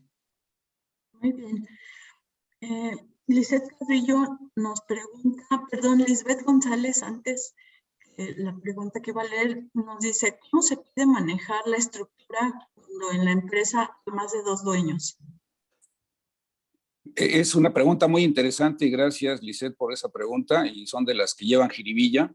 Aquí yo creo que la respuesta va en 2 vertientes. Una es de que si los dueños se han venido organizando de alguna forma y tienen interés comunes y no hay lucha de egos, es mucho más fácil. Si hay lucha de egos, va a ser un poquito más complicado. ¿Por qué tú, Rubén, eres el presidente del consejo y por qué yo no soy, no? Entonces eso se pone medio curioso, se pone muy divertido. Ya me ha tocado estar en algunas empresas donde hay esa circunstancia y créame que como consejero independiente no es fácil a veces le hace uno medio de referee, pero es complicado. ¿Y cómo es la mejor forma de organizarse? Pues muy sencillo, por las capacidades. En una empresa, les voy a dar un ejemplo real, un caso real, en una empresa que está en León y que se dedican al transporte, la logística, había 3 hermanos, entonces los 3 hermanos estaban ya perfectamente bien organizados por lo que habían estudiado, por lo que les gustaba, por lo que eran hábiles, ¿no? Uno de ellos actuaba como director general, otro actuaba como director de finanzas y el otro era el director comercial. Entonces, a la hora que llegamos ahí, otro consejero independiente y un servidor con el que ya estaba ahí compartiendo ahí las juntas de consejo, la mejor decisión fue decirle, bueno, uno de ustedes tiene que ser el presidente del consejo. Y en este caso, pues, si el que está como director general, si ustedes deciden que lo sea, pues vas a pasar. Nunca es recomendable, bueno, no nunca más bien, pocas veces es recomendable o es no recomendable que jueguen un doble rol. El presidente del consejo que también sea director general para no ser juez y parte. Entonces, dada esa práctica, que es una de las mejores prácticas también que se manejan en el gobierno corporativo, la recomendación que le dio es que el que estaba como director general pasara a ser el presidente del consejo y en las juntas de consejo, el que llegara como director general a dar los resultados y al que le íbamos a estar cuestionando y apoyando, iba a ser el director financiero. Pero obviamente esa fue la recomendación, les pedimos que hicieran una reunión, después tuve una llamada telefónica y la respuesta fue, hagan ustedes propios perfiles y ustedes decidan quién es el que debía de actuar como presidente del consejo y quién va a llegar quién va a presidir las sesiones y quién va a llegar en un momento determinado a rendir cuentas, ¿no? Y llegaron a la conclusión ellos mismos. Entonces, respondiendo y concluyendo a la respuesta es cómo nos organizamos, como todo en la vida, quién lleva qué rol, quién tiene qué capacidades y zapatero a tus zapatos. Es como si yo quiero ser el director financiero cuando mi especialidad a lo mejor es la venta. Entonces, es un talento doblemente desperdiciado. No estoy poniendo mis talentos a traer clientes, a colocar pedidos en la organización, por muy accionista que sea, y Rubén, que es más financiero, pues que se dedique a ayudarnos en la parte de organizar los números, y así es como sería esto y cómo funcionaría. Muchas gracias. Bien, aprovechamos para solicitar si nos pueden compartir la presentación un poquito más amplificada. Con mucho gusto. Gracias. Nos preguntan aquí qué diferencia se podría encontrar entonces con los CEO. La pregunta es... Bueno, el CEO es el CEO, el Chief Executive Officer, es el presidente del consejo y el director general, ¿no? O sea, sí. El director general, bueno, si lo hablamos en español, uno es el director general y el presidente del consejo, ¿no? El presidente del consejo representa a los accionistas y es el presidente del consejo que le da estrategia y vigilancia al negocio. Y el director general es el que ejecuta el trabajo, la estrategia con todo el equipo de la empresa, ¿no? Y él es el que hace que las cosas sucedan. Y bueno, esa es la diferencia entre el presidente del consejo y el director general, básicamente. No sé si respondí. Sí, gracias. Sí, sí. Mande, adelante.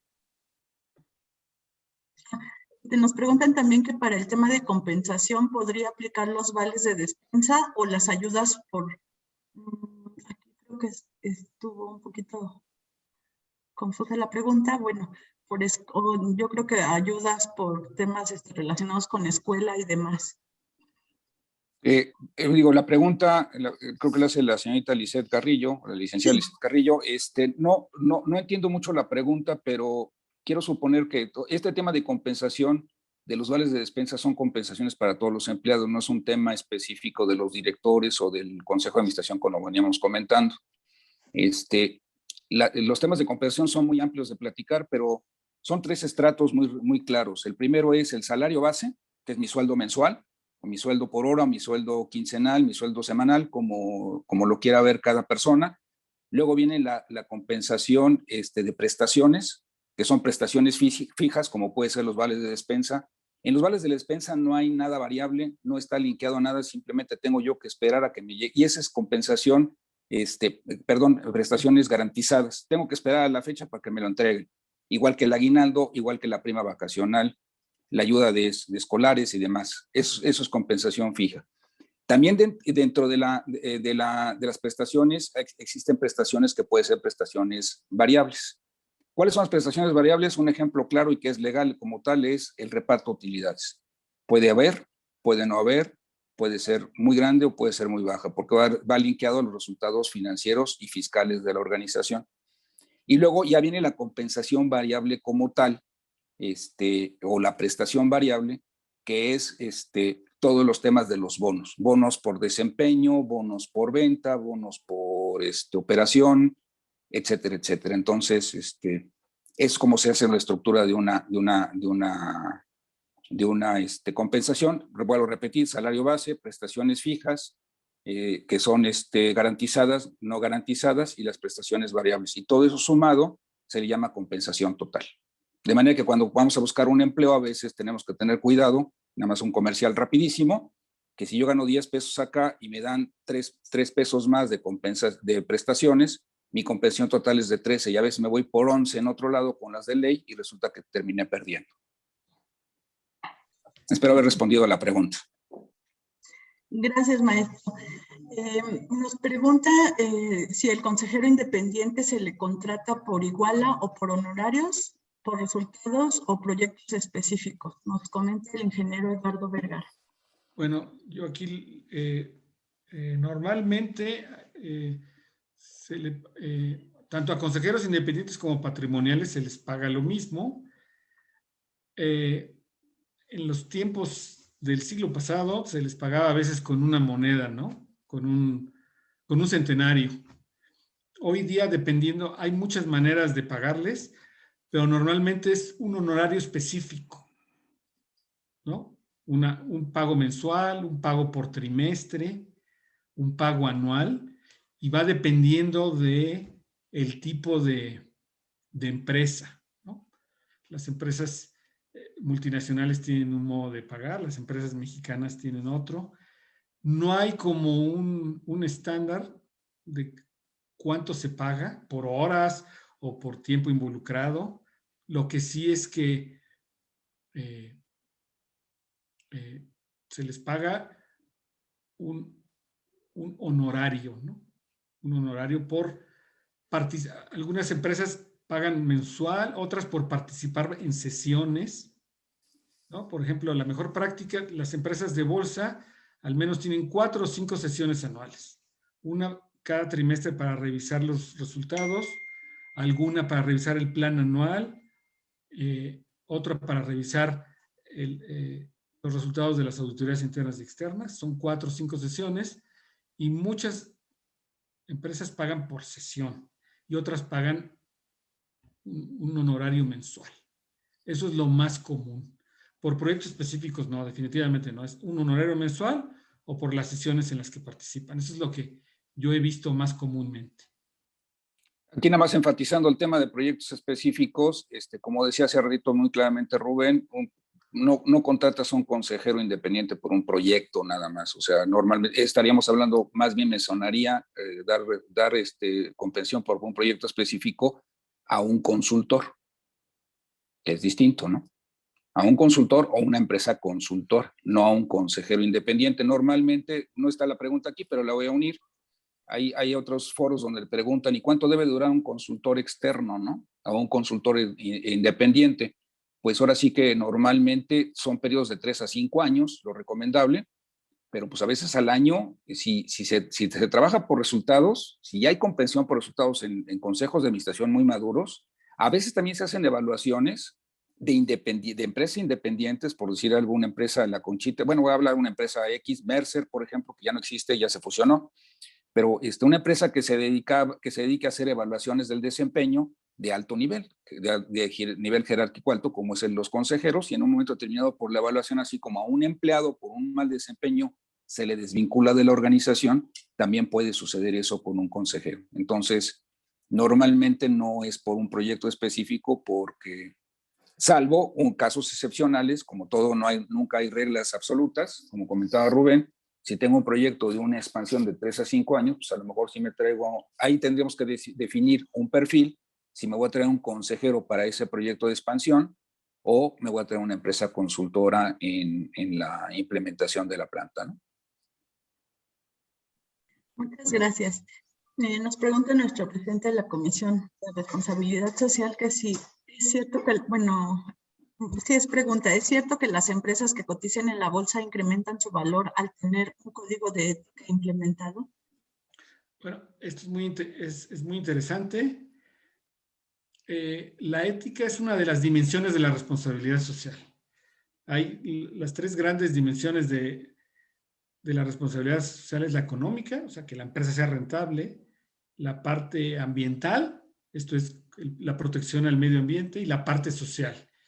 La parte social incluye ética, los terceros interesados, accionistas, empleados, proveedores y clientes, ¿no? Y que seamos sensibles con la comunidad con la que trabajamos. Entonces, el código de ética forma parte de esta dimensión social. Hay estudios que sí indican que ser socialmente responsable tiene una relación directa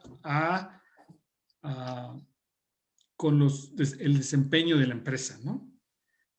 Yo partidariamente sí, yo soy partidario de que sí, definitivamente las empresas, sus clientes son más leales si saben que tienen un programa de ética y de responsabilidad social. Entonces, definitivamente sí. ¿Y por qué? Porque hay fondos también, ¿no? Aquí medido en dinero, hablando de incrementar valor, hay fondos de inversión que le dan mejores tasas a las empresas que tienen actividades socialmente responsables.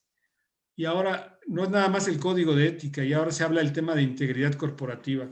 El código de ética es uno de los elementos de la integridad corporativa, que es tener programas anticorrupción, ser ético, tener valores en la empresa. Entonces sí, definitivamente sí está, las empresas que son éticas, los clientes son más leales y los fondos de inversión prestan más barato. Así es. Gracias, doctor. Nos preguntan también Lisbeth González, que qué pasa si de los dueños de la empresa carecen de preparación profesional y si sería pertinente que entrara alguien más de la familia que tuviera la preparación profesional.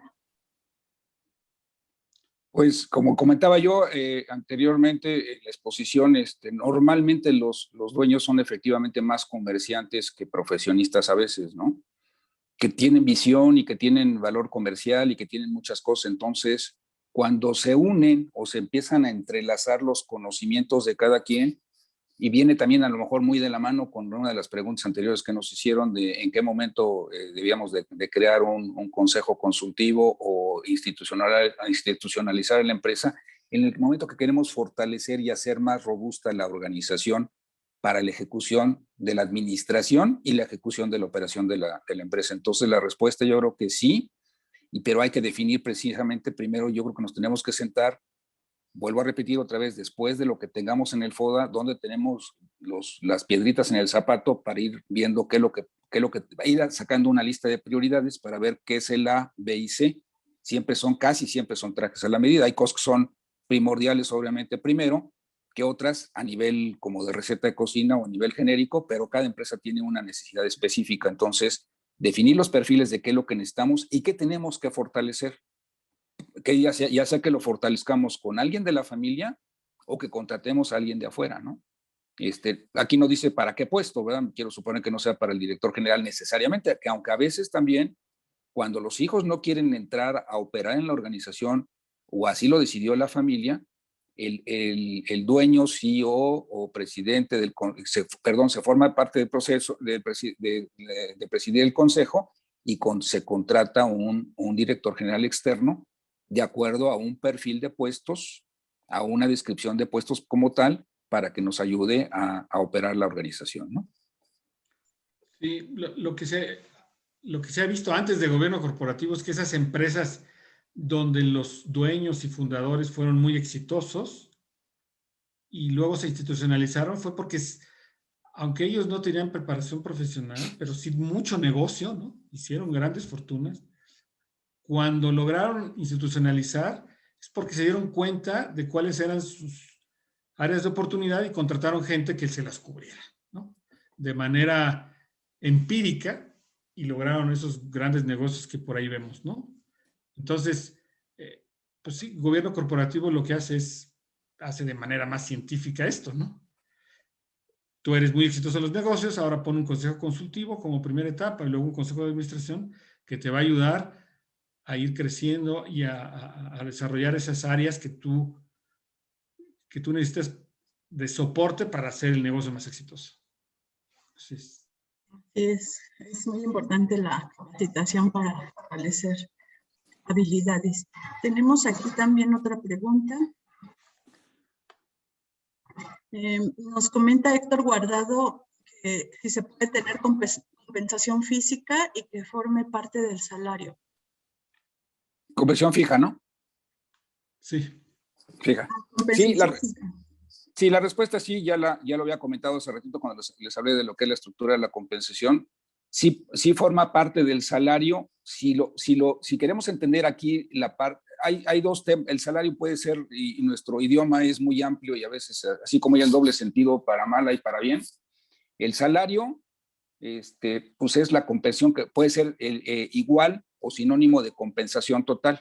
O el salario puede ser nada más el sueldo. Normalmente ya cuando nos metemos a tecnicismos, el sueldo es el que se maneja de manera mensual y el salario es el que maneja como de manera por hora, ¿no? El sueldo está más como que en la nomenclatura de los administrativos directivos y el salario en el de los operativos. Pero respondiendo a la pregunta es, la compensación total es sumar mi sueldo base o salario más mis prestaciones que yo tenga, tanto fijas como variables, garantizadas, no garantizadas, y eso es lo que me va a dar la compensación total. Y siempre la tenemos que ver así cuando hacemos una oferta de trabajo a un futuro colaborador, un candidato que le vamos a entregar ya la oportunidad, que le vamos a decir, ya estás aceptado y esto es lo que te estamos proponiendo económicamente, como cuando nosotros recibimos una oferta de trabajo para integrarnos a una organización. Hay que sumar todo y ver, y si tengo en un momento determinado la dicha de que tenga yo como empleado 2 ofertas de trabajo, pues en un momento determinado evaluar cuál es la que más me conviene.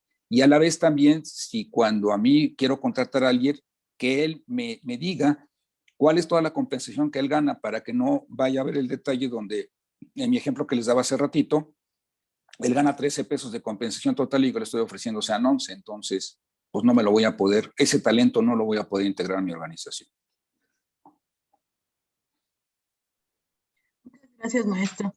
Nos comenta María de Lourdes.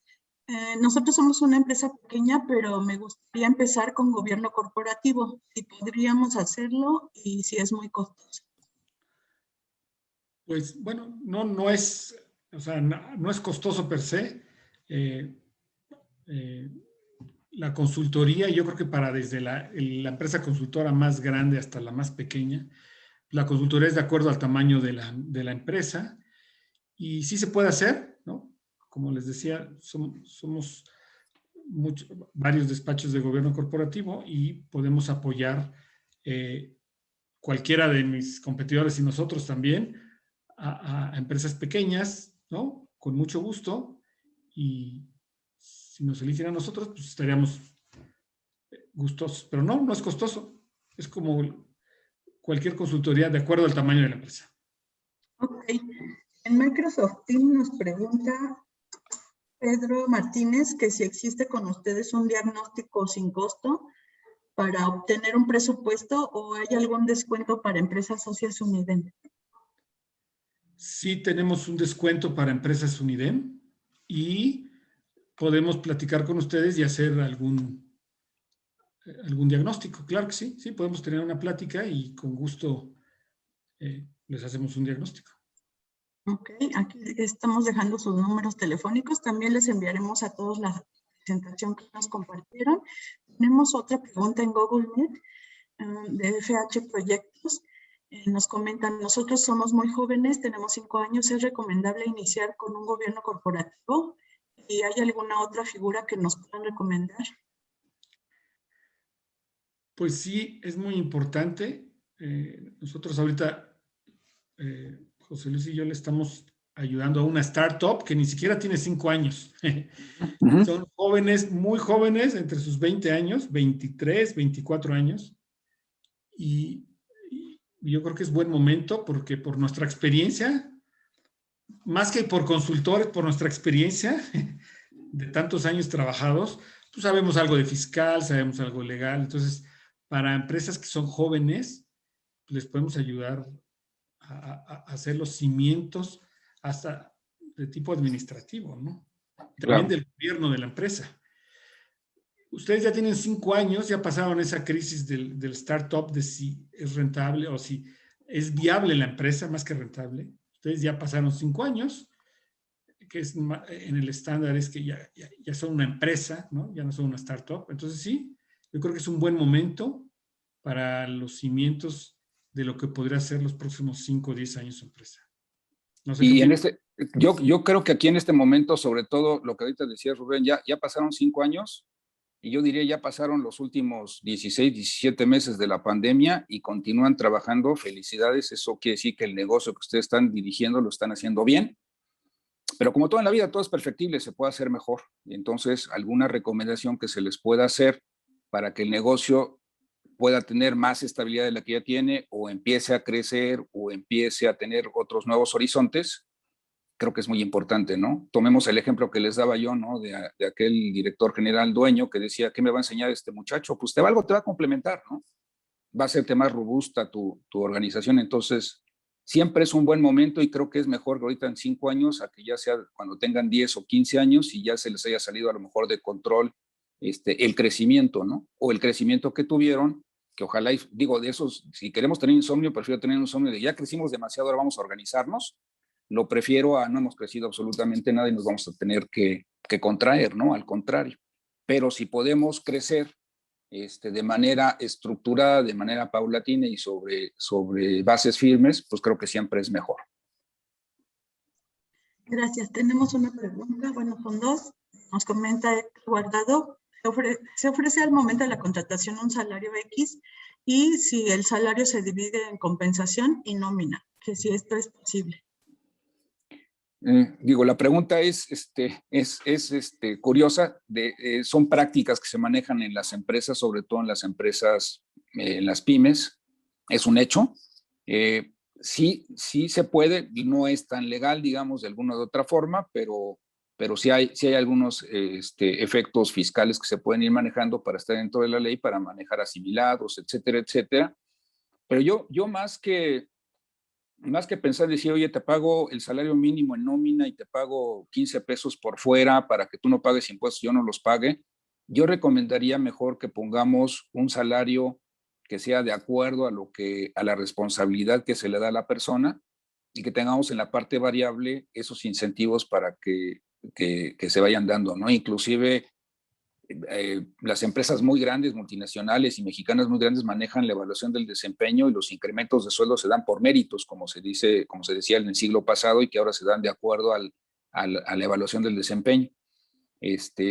Se pueden hacer evaluaciones de sistemas de evaluación del desempeño no muy sofisticadas, donde en un momento determinado mi incremento de sueldo se hace una matriz de acuerdo a los resultados. Una persona recibe el 5, otro recibe el 2, otra recibe el 7 y una recibe el 0. Y a la hora de hacer esa matriz, lo que nos pensamos gastar como organización del porcentaje de nuestra nómina es exactamente lo mismo, pero se reparte de acuerdo a lo que es el talento que mejor está aportando a la organización que al que no lo está aportando, ¿no?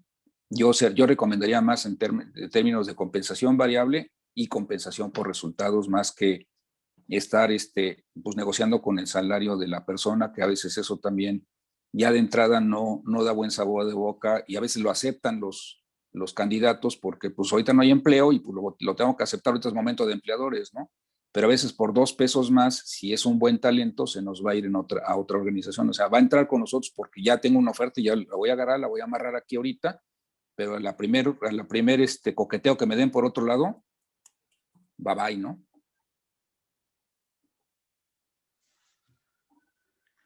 Muchas gracias. Pues me parece que son todas las preguntas por el momento. Una vez más agradecemos al maestro José Pérez Mendieta y al doctor Rubén Díaz Cruz de la empresa Socia Unidem ARE México por compartirnos este gran y muy necesario tema de gobierno corporativo. No duden en contactarles y solicitar su diagnóstico. Es una empresa muy reconocida y profesional, además de que tienen descuentos para las empresas socias Unidem. Invitamos a nuestros expositores a que continúen unos minutos más con nosotros, ya que les daremos un agradecimiento oficial por parte de la mesa directiva. Gracias. Gracias a ustedes. Estamos por concluir nuestra reunión. A todos los asistentes les enviaremos la presentación, la grabación de la conferencia y los datos de contacto de nuestros expositores, por si gustan realizarles alguna consulta en lo particular. Si alguien requiere su constancia de asistencia, solicítela por favor a su gerente Unidem de su municipio. A todos los asistentes también les invitamos a conectarse el próximo viernes 18 de junio de 11 a 2 de la tarde vía Zoom. Tendremos para ustedes el Foro de Energía Empresarial Unidem 2021, la industria en la transición energética, en donde tendremos 10 prestigiados panelistas expertos en la materia. Nos acompañan, por ejemplo, la Cámara México-Alemana de Comercio e Industria, la CAMEXA, la Asociación Mexicana de la Industria Fotovoltaica, la Cooperación Alemana al Desarrollo Sustentable en México, empresas como Miura Boiler México, Calorex, Consulting, entre muchas otras que nos compartirán sistemas, tecnologías y soluciones relacionadas con la generación de consumo y ahorro de energía. Asimismo, las posibilidades tecnológicas y fuentes de energía que tienen mayores ventajas en el tema de ahorro económico y beneficios al medio ambiente. No se lo pierdan, los esperamos con mucho gusto el próximo viernes a las 11 de la mañana vía Zoom. Los eventos y conferencias Unidem son sin ningún costo, creados especialmente y a petición de ustedes, las empresas socias. Les enviaremos con mucho gusto un recordatorio por medio de los grupos de WhatsApp empresariales y las redes sociales de la Unidem. Queremos agradecer a los más de 256 empresarios que nos acompañaron el día de hoy por las 4 plataformas, Google Meet, Microsoft Teams, Facebook Live y Zoom. Gracias a mi compañero Jesús Troya por haber realizado este enlace. Les invitamos a que sigan utilizando los servicios de Unidem, como son gestión gratuita de sus permisos y licencias, bolsa de trabajo, mesa de trabajo con autoridades, promoción de sus productos y servicios, seguimientos en temas de seguridad pública, capacitación, entre muchos otros que con mucho gusto y de manera gratuita tenemos para ustedes, las empresas socias Unidem. La unión hace la fuerza. Muchas gracias por acompañarnos. Cerramos esta reunión empresarial virtual, para lo cual invito al uso de la voz para la entrega de reconocimientos y clausura al ingeniero Enrique Meisgueiro Soto, de la empresa socia Unidem Grupo Sincro, quien también es nuestro presidente de la Comisión de Vinculación Educativa e Innovación de la Unión Industrial del Estado de México. Adelante, ingeniero. Qué gusto saludarte. Buenas tardes. Buenas tardes, Angie. También me da mucho gusto saludarte. Buenas tardes a todos los socios de Unidem, a los invitados y a nuestros expositores, el maestro Luis Pérez Mendieta, miembro fundador de Leaders Digital Board, y el doctor Rubén Díaz Cruz, miembro de los comités técnicos de gobierno corporativo, ética, responsabilidad social y cumplimiento en el IMEF, por habernos acompañado en la conferencia Gobierno Corporativo. Me interesa mucho el futuro porque es el sitio donde voy a pasar el resto de mi vida. Frase que se le atribuye a un director de cine estadounidense. Hoy tuvimos el privilegio de conocer los principales instrumentos para la alta dirección y para los accionistas de las empresas que tratan sobre la construcción del futuro y que permiten incrementar la probabilidad de continuidad de las operaciones de una empresa, además de formalizar su institucionalización. Recogemos con mucho interés este llamado para distinguir una conducción o una dirección silvestre en nuestras empresas de una conducción o dirección más institucionalizada. Una dirección donde consideremos la formalización y el uso de un conjunto de herramientas aglutinadas en lo que regularmente se denomina gobierno corporativo. Entendido como un conjunto de órganos de gobierno, un conjunto de procesos y buenas prácticas donde se atienden los intereses y expectativas de los socios, de los directivos, de la familia propietaria de la empresa, así como de los stakeholders o personas relacionadas con la empresa y cuyos intereses repercuten en los resultados financieros de la empresa. De fondo, me atrevo a rescatar algo que es un aspecto crítico y que estuvo presente a lo largo de toda la conversación, y es el llamado a reflexionar y trabajar en la elaboración de las preguntas adecuadas, tanto para los fundadores, directivos, consejeros y en general para todo ser humano. Maestro José Luis Pérez Mendieta, doctor Rubén Díaz Cruz, gracias por compartirnos esta información que nos ayudará en nuestras reflexiones diarias y semanales sobre la importancia de comenzar la institucionalización de nuestras empresas y de incorporar estas valiosas herramientas en la realidad de nuestras empresas. Todos queremos incrementar la probabilidad de la continuidad de nuestras operaciones. Quiero también expresarles un agradecimiento especial al ingeniero Jesús Troya y al equipo de la UNIDEM que hace posible la realización de estos valiosos encuentros. A continuación, compartiré los reconocimientos para nuestros amigos.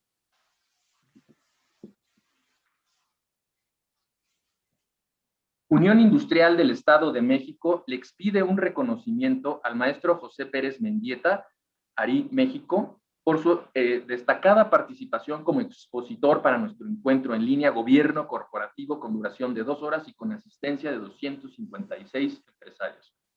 Su apoyo invaluable contribuye a engrandecer al sector industrial del Estado de México. Estado de México, 11 de junio de 2021. La unión hace la fuerza.